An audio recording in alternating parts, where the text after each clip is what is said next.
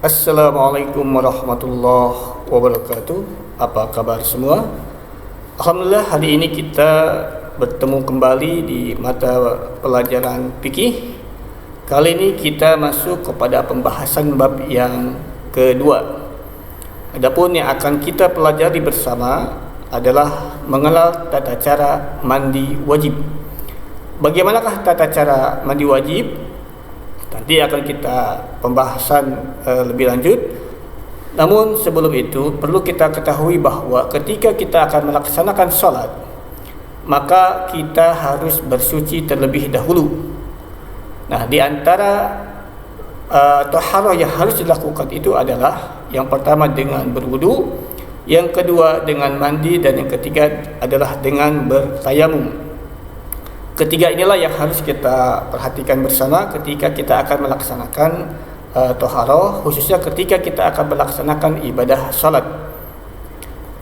Nah, ini secara rinci sudah dijelaskan di dalam Al-Quran. Ini potongan-potongan ayat yang terkait dengan masalah wudu, mandi, dan tayamum.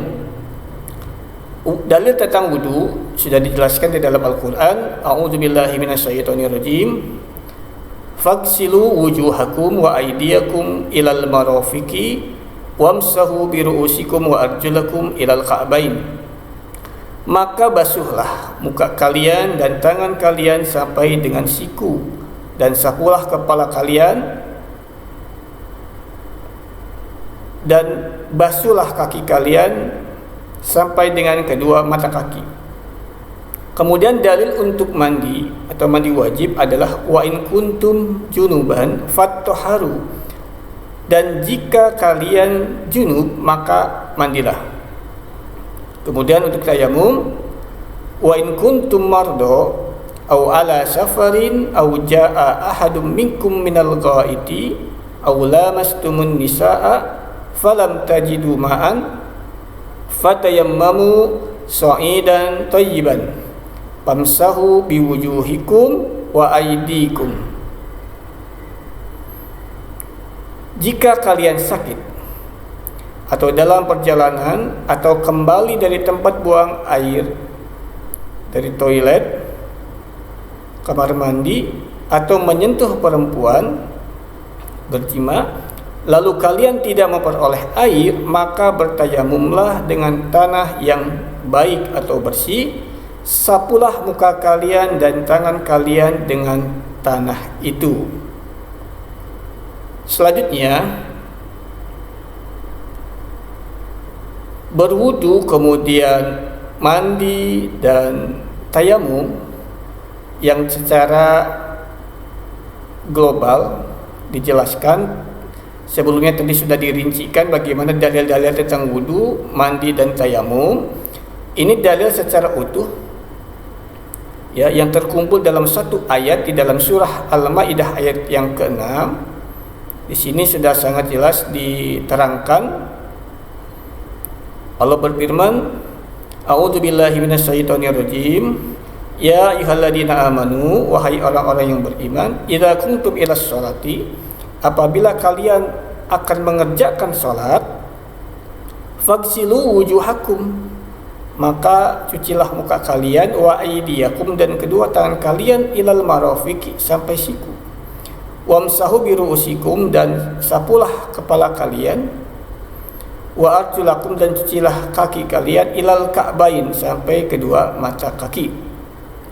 Wa in kuntum junuban, dan jika kalian dalam keadaan junub, fattaharu, maka hendaklah kalian bersuci.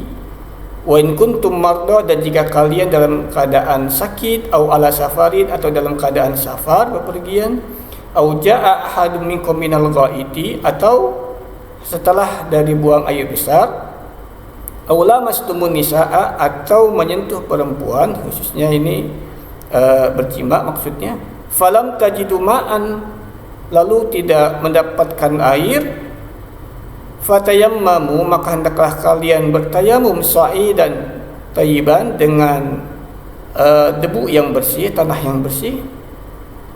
Famsahu biwujuhikum wa aydikum, dan usaplah wajah dan tangan kalian. Cukup wajah dan tangan dan wajah dan tangan kalian minhu dari tanah tersebut, tubuh tersebut. Nah, inilah dalil yang menjelaskan tentang toharoh baik wudu, mandi ataupun tayamum yang sudah dijelaskan oleh Allah di dalam surah Al-Maidah ayat 6. Silakan kalian hafalkan, tapi tidak menjadi tugas, tapi ini menjadi pengetahuan bagi kalian tentang keterangan tentang taharah, berwudu, mandi dan tayamum. Untuk selanjutnya, sesuai dengan pembahasan bab kedua adalah mandi wajib atau janabah. Ini dalilnya, wa in kuntum junuban fatahharu, ya. Jika kalian junub maka mandilah. Lalu apa yang dimaksudkan dengan pengertian mandi wajib? Mandi wajib adalah membersihkan seluruh badan dengan air dan dilakukan oleh orang yang sudah akil balik untuk menghilangkan hadas besar. Misalkan seperti haid, ya, untuk kaum wanita, nifas juga, kemudian junub, laki-laki perempuan, ihtilam atau mimpi, dan orang yang hendak melaksanakan salat Jumat.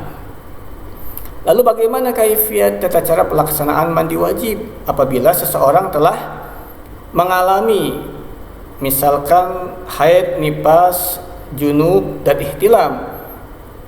Karena kemungkinan besarnya ya pasti akan mengalami ini. Nah, ketika kita mengalami hal sedemikian, maka yang harus dilakukan bentuk taharahnya adalah seperti ini. Kaifiat tata cara mandi wajib, dahulukan dengan membaca basmalah, ya, bismillahirrahmanirrahim. Yang pertama adalah mencuci kedua tangan kita, dicuci tangan kita, ya, dibersihkan. Kemudian membersihkan kemaluan bagian depan, bagian belakang juga untuk lebih sempurna. Kemudian yang ketiga, berwudu sebagaimana wudu untuk sholat, hanya sampai mengusap kepala. Jadi lakukan wudu seperti kita melaksanakan wudu yang kita lakukan ketika kita akan melaksanakan sholat. Kemudian yang keempat adalah menyela-nyela pangkal rambut sebanyak 3 kali. Kita sela-sela pangkal rambut kita, ya, sebanyak 3 kali. Kemudian menyiram seluruh tubuh 3 kali, ya, dengan merata kita siramkan seluruh tubuh kita, mulai dari yang kanan, kemudian bagian kiri sampai merata tubuh kita basah semua. Kemudian setelah itu yang keenam, membersihkan seluruh tubuh dengan sabun dan sampo, untuk membersihkan badan kita dengan sampo, kepala kita dengan sabun tubuh kita. Setelah itu kita lakukan, maka yang ketujuh adalah meratakan air ke kepala dan seluruh tubuh. Kita bersihkan, ya, kita siram biar sampo dan sabun itu hilang, kita bersihkan. Nah, setelah itu yang kedelapan adalah mencuci kedua kaki sampai dengan 2 mata kaki sebanyak 3 kali. Rangkaiannya ditutup dengan mencuci kaki. Itu kaifiat tata cara mandi wajib. Nah, untuk selanjutnya adalah tugas untuk kalian mengerjakan kegiatan mandiri. Yang pertama, halaman 20, silahkan kerjakan di buku paket. Setelah selesai dikerjakan, hasilnya dipoto dan dikirim ke guru mata pelajaran fikih. Nah, ini tugasnya, ya. Jodohkan kata-kata di bawah ini menjadi susunan satu ayat Al-Quran dan hadis, dan memberi garis panah, ya, atau hadis, ya, khususnya. Ini ada kata-kata wa in kuntum junuban. Ini ada tanda panah urutannya. Nah, nanti kemana ini? Sambungan dari kata junuban, ya. Kemudian yang kedua adalah innallaha. Silahkan kalian cari, ada di buku paket, di hadisnya.